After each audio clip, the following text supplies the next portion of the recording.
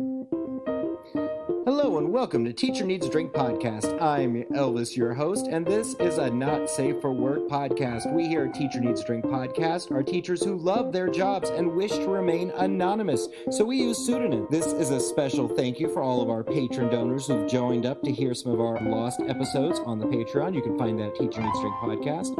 And also, Teacher Needs a Drink podcast comes out every Wednesday and is sponsored by Lud Lamb Dramatics Educational Theater Posters. If you are a theater teacher or know one in your building, send them to ludlamdramatics.com. That's LUDLAMDRAMATICS.com. There are all kinds of amazing posters there, everything from how to do basic stage makeup, parts of stage, and even Elizabethan history posters. That's Lud Lamb Dramatics. If you have a story you'd like to share with us, you can tag us on Facebook or Instagram, or go to our website, teacherneedsdrinkpodcast.com, and leave a comment there. Also, please follow, share, leave a review, and give us a 5-star rating if you can. And honestly, the best thing you can do is find one person you know and tell them about Teacher Needs a Drink podcast. Let them know how great it is, and that way we can slowly grow to dominate the world. Anyway, we're all going a little bit crazy because we've been inside for a while. I hope you guys enjoy this. Check out the Patreon if you can. Now here is episode 28. Enjoy! I said. I think I grabbed him by his armpit too hard. You hurt your Corona compadre. I'm sorry, Bubba. I'm sorry. Welcome to Teacher Needs a Drink podcast. I am Elvis, your host, and today we have a full house. All to my right, I have Miss Sparkles. Hi, I'm not really on his right. I'm in my living room. And then across from me, I have Rosie Rose. Also not across from you. Hello. And then to her immediate left, I have Turd Ferguson back after long absence. I had to take some time in the room. And then we also have Miss Bunny O'Hare. Coming to you live from my spare bedroom. Well, welcome back to our Corona quarantine shelter in place that we're doing right now. I got the news today, and I'm sure all of you did too, that even though just a few days ago they moved our perceived shelter date from being the mid-March to like May 3rd. Was that? No, they moved it to like April 17th. And then now today moved it to May 20th, right? Mm-hmm. Yes. Mm-hmm. And so for all practical purposes, most of the private schools I contract with right now have said that they just assume that we will be doing online school for the rest of the year.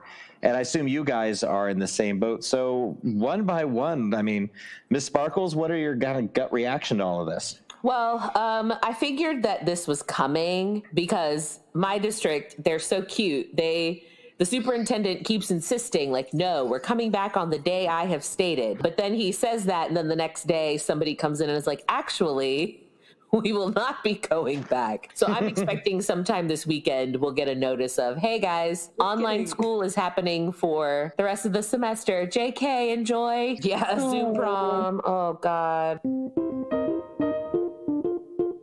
Miss Rosie, how are you feeling about this? How are you holding up? I am currently and for the near future jobless since we are out of school from here on out. Were you able to file for unemployment? I was, yes. Good. Mr. Turd Ferguson, what are your feelings about this end of the year? You are in a different situation. You're trapped at home. Your wife is a nurse and works at the hospital. So you are not teaching, or you're trying to teach with 2 kids in the house.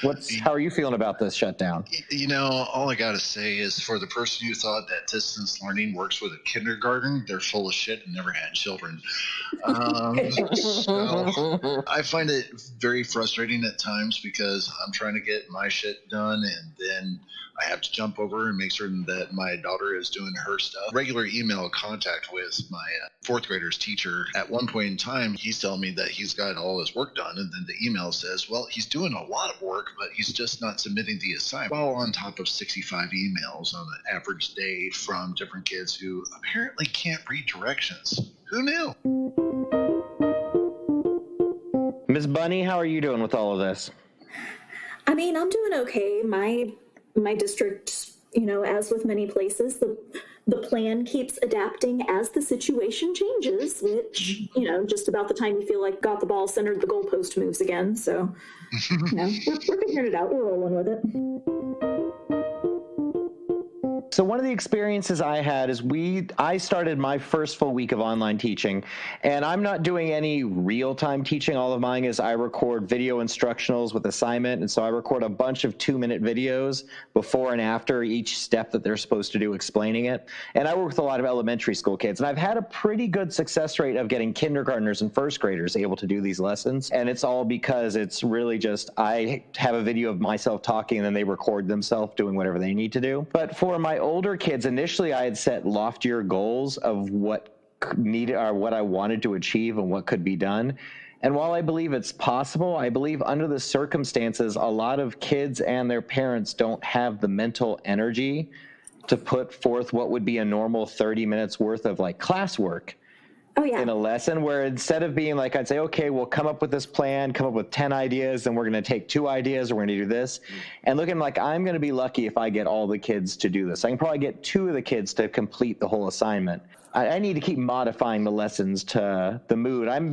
I don't know. I feel the same way about my kids, though, because I have 2 kids and they're trying to do their schoolwork. I'm like, really? You want them to do 3 hours every day of this, this, and this? It's mentally exhausting. So it's really. So I'm trying to keep it simple. I'm giving my kids 1 assignment a week. We've been given a very specific directive of the maximum you can do with your kids is like 150 minutes per week, which comes out to about 2.5 hours.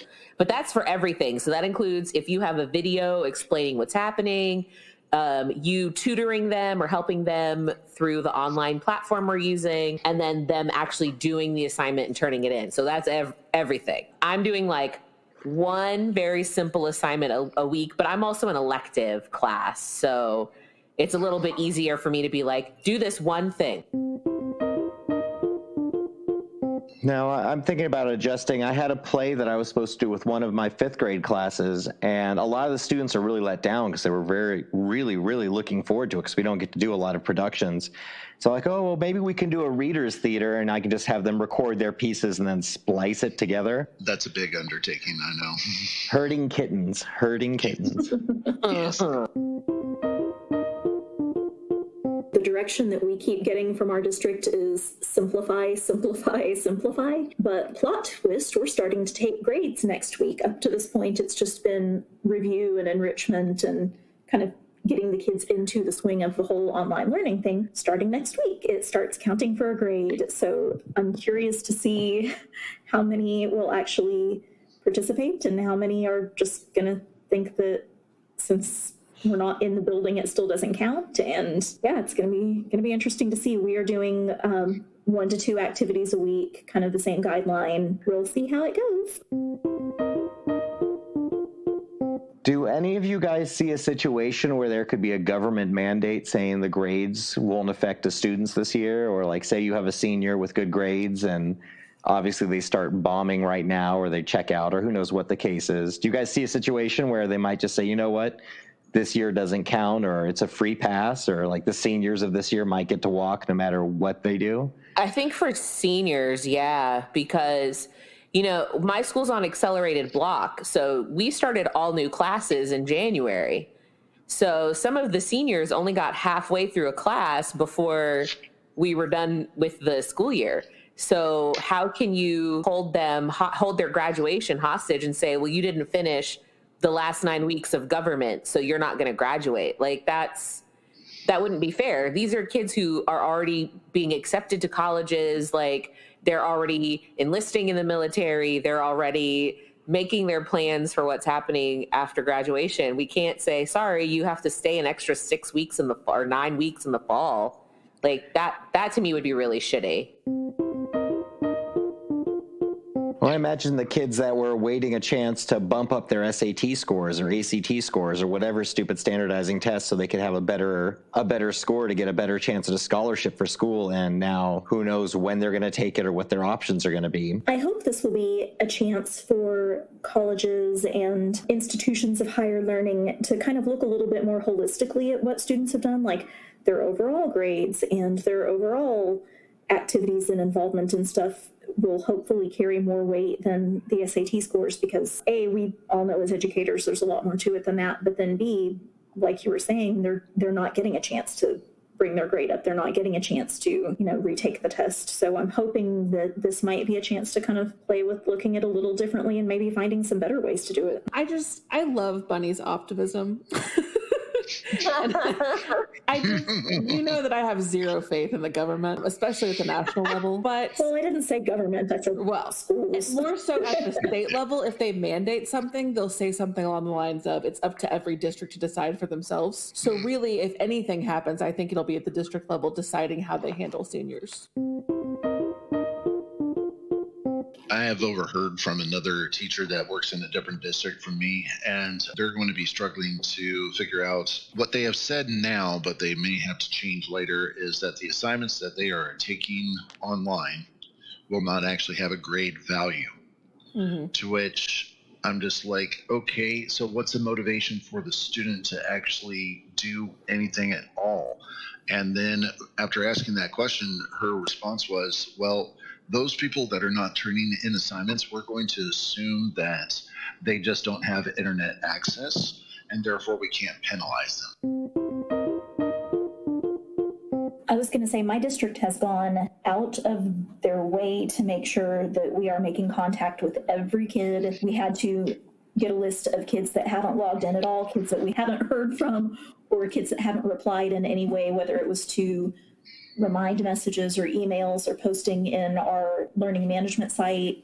And we had to send a list to the office, and they are calling with interpreters if necessary, calling every family that we haven't heard from yet to say, hey, what do you need? Do you need paper copies? Do you need a laptop? Do you need Wi-Fi access? What do you need? So this article is about my personal Carol Baskins. This is a Betsy DeVos article. Have a great day, everyone, except that fucking Betsy DeVos. Dolores Umbridge in the flesh. Mm-hmm. DeVos fed her husband to the tigers. I know it. But it's a New York Times article by Miss Erica Green, and the title is DeVos Weighs Waivers for Special Education and Parents Are Worried. The $2 trillion coronavirus law could give the Education Secretary the power to waive special education rules as school districts struggle to teach all their students online. Tucked away in the $2 trillion coronavirus stabilization bill is a provision that allows Education Secretary Betsy DeVos to seek congressional approval to waive parts of the federal special education law while schools combat the coronavirus pandemic. How she might use that authority scares parents like Jennifer Gretzer, who lives in Seattle. It took a 350-page complaint and hours of work for Miss Gretzer to get the proper special education services for her 10-year-old son, a nonverbal third grader who has epilepsy and a condition called cortical visual impairment. He has made progress with services like occupational therapy, speech therapy, and one-on-one aid afforded to special needs students like him under the Individuals with Disabilities Education Act. But Ms. Gretzer feels that Ms. DeVos may relieve her son's school district of such obligations for the foreseeable future. No one wants to do the hard thing unless they're forced to do it, and our kids have always been the hard thing, said Ms. Gretzer. With the closure of schools across the country, parents like Ms. Gretzer have found themselves in an educational crisis like none seen since the disabilities law passed in 1975. Today, it grants nearly 7 million students individualized instruction and a vast array of educational support and services. Schools are scrambling to shift classes online as more than 55 million children stay at home. For now, that has upended special education, which is administered through meticulously devised plans called IEPs, which require extensive services. The possibility that those obligations could be waived has driven a sharp wedge between school administrators, parents, and special education teachers. Administrators, educators say without the waivers, they would be forced to meet unrealistic expectation and face costly lawsuits. The attitude we need to have is let's do everything we can as fast as we can for as many kids as we can, he said. Leanne Wetzel, the superintendent of Ridley School District in Pennsylvania, said her staff had been reviewing thousands of records, connecting with hundreds of families to find creative ways to offer one-on-one services like speech therapy through platforms like Google Hangout. But even with accessibility devices, there are some times when features will come up short for some children. We have to acknowledge the fact that we're not going to be 100% compliant and not for not trying, but we decide to do what's best for all kids. It's easy to do what they want and steamroll right over our kids, Ms. Gratzer said. My fear is that while parents like myself are trying to survive, people like Betsy DeVos will be out there pulling the rug from underneath us. Secretary DeVos has been clear from the beginning that she is committed to ensuring all students, including students with disabilities, can continue their educations during this national emergency. Civil rights organization says Ms. DeVos does not need to waive provisions to meet that commitment, and doing so could have unintended consequences. This is one place where I'm not going to be totally against Betsy DeVos Baskin. That fucking bitch, Betsy DeVos. Bitch, Carol Baskins. Carol Baskin. You know, we talked about this a little bit last week, but there are certain SpEd services that just are not conducive to the situation we're in currently. Is it fair to ding a school or be allowed to bring a lawsuit against a school or a district? You can't offer what we used to offer because we can't get in the same room as people. The fear is that by Ms. DeVos following her past habits, which seem to be just to defund education as much as possible, that she is not going to just say, okay, you know what, this is a temporary reprieve. Let's do what we need to get by this year and get back to it. It's more like, okay, no, we cut it. You guys survived. See, we all did fine. Okay, you guys don't need it. Let's keep going. Freaking Dolores Umbridge brought to life. I'm not convinced we're not being trolled somehow because she's the actual worst. Does that make Donald Trump Voldemort? Oh, no, he's totally fucking Voldemort. I feel like Voldemort's way smarter, though. This is from Reddit user Should I Clash? And the title is, My school system is making this way more stressful than it should be. Day 1, we are here to help you. Day 2, we want your schedule and your virtual meeting room locations.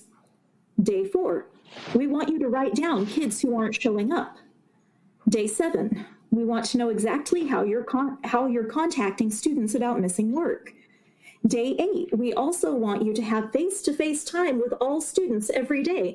Also, make sure they complete this mandatory daily attendance form. Also, fill out this form that explains exactly what you do in 30-minute increments. Are you kidding me right now? How about you fill one out, show me what you do besides giving me more work? Also, fill out this contact log and fill out this survey, but your name is attached. So, tell us how great things are and don't be honest. And every email ends with, let us know how we can help.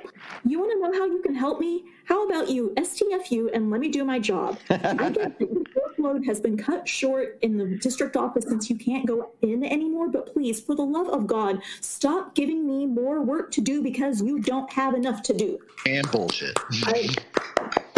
And like I said, I feel like my district, the cheese keeps getting moved, but it's because we're having to adapt to situations as they come up. As we get advice from our state's education office about what can and can't be counted for grades and what the school board decides and everything else. Like, I get that situations change, but it sure would be nice if people could let some of the paperwork go right now. If you have a class with 20 children in it, yes, you can contact them every day. If you have 200 students a day, it is not feasible to contact all 200 of your students every single day. So I feel like there are definitely people at the district level in a lot of situations that have experience in one world or the other, but they want to do a one-size-fits-all solution, and one size does not. Speaking to younger ages and older ages, if you have some of the younger grades like kinder, first, second, they sometimes need a parent to help them through this work at home and to explain what they're supposed to do. And so by piling on 2 hours of assignment, you're giving it to a parent who is either working from home or unemployed or something going on right now. And that's a lot to put on their plate to have to spend, to fight a 5-year-old, 7-year-old, 8-year-old to get their work done on top of all this other craziness and mental health hell. Ms. Sparkles? I want to talk about something happy. You're a delight. That's right, I am. I'm a damn delight. You're welcome. We've been away from each other, and my children are insane. Every time I give them a task, they've been really excited. So I will say this, the one positive, I guess, of this time, it is making a lot of us be more creative as educators and figure out how we can get kind of the same feel of what we do through different means. So we've actually started a task, and if there's any other theater teachers out there, feel free to steal this idea. I've put a task forward to my advanced actors where we're setting up. So I'm finding out what elementaries and middle schools they all went to. I'm going to have them record like a favorite elementary memory and a favorite middle school memory. And we're going to make videos for each school in our feeder pattern. And we're going to send those off to the principals to share with their staff. Because we did a lip sync video. So all the high schools in my district challenged each other to a lip sync, and we were last, and we did Call Me Maybe. And so I sent it out to all the staff, and they were really responsive to how fun it was. If you're a teacher who can really push some fun and positivity out there, I really encourage you to do so. So for me, a lot of the things I think I'm going to be doing with my advanced students is going to be about pushing some positive energy out to everybody, because it's tough, like sitting at home. It's tough working with my fiance. It is all hard. So I'm really excited to do something that's going to make people happy. My Flipgrid icebreaker this week was they had to tell me their favorite thing that they've done in the last 2 weeks, and they had to name a plant that's in my office. Now, the thing is, I have this planter, like it's a little hippie thing, like a hemp rope that you can only see the bottom of like the plant, what do you call it, the planter in the video, because it hangs from the ceiling. The plant's been dead for about 4 years. I got it like long before I was divorced. And when I got divorced, I just didn't water it. And so it's this kind of like, I don't know what you call it, fossilized fern that's just like brown, and there's no wind in there, so nothing's going to make it fall. But I was like, okay, name the plant. So I've gotten all these great names, but I just realized at some point the kids are going to want to see this plant. And I have to get a plant, but I don't really want to go to Home Depot or Lowe's or anything like that because, you know, I don't know. I kind of painted myself into a corner. And now, another edition of Just the Tip. Just the tip. What? Just the tip. What? Just the tip. All right, our tip is to stay the fuck home, wash your motherfucking hands, and if you want to wear a mask, do it. It's not going to do much, but do it. All right. Well, thanks for joining us for another episode of Teacher Needs a Drink. I'd like to thank all of my companions today. Miss Rosie Rose, thanks for being here today. Always here to say fuck. Miss Sparkles, you are a delight. A polite damn delight. That's right. Fuck yeah. And Turd Ferguson, it was great to have you back. Great to be here to talk shit. And Miss Bunny O'Hare, it was wonderful to hear from you. Oh, I wish I could see y'all, but it's good to hear from y'all too. Awesome. Well, everyone stay safe, have a drink, wash your hands, and cheers! Cheers. Cheers. Woo. Do, do, do, do. Thank you for joining us for another episode of Teacher Needs a Drink Podcast. Teacher Needs a Drink Podcast comes out every Wednesday, and if you'd like to hear more, you can go to our Patreon, Teacher Needs a Drink Podcast at Patreon. You can get lost episodes and bonus features and some pretty cool swag, all with the Teacher Needs a Drink Podcast logo on it. If you can, take the time to tell one person about something you heard on Teacher Needs a Drink Podcast. I'd like to thank my guests, Rosie Rose, Bunny O'Hare, Miss Sparkles, and Turd Ferguson, and a big hug and kiss to the lovely Priscilla who's by my side while I'm doing all of this. If you have something you'd like to share with us, you can tag us on Instagram or Facebook, or go to our website, teacherneedsadrinkpodcast.com. Please follow, leave a review, and that's about it. Stay healthy, my friends. Stay inside. That was episode 28. Goodbye.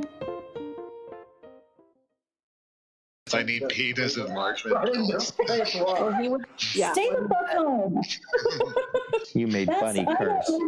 I just made our producer Zola Zanzibar probably black out, but that's how I feel about this. Like, I am emphatic enough about this point to use a curse word at this time. Like, stay the fuck home. There are people's lives on the line, and if you are the reason that somebody I know and love gets sick with this or dies from this, I will find you much faster than the cops will be able to find your body. Stay home.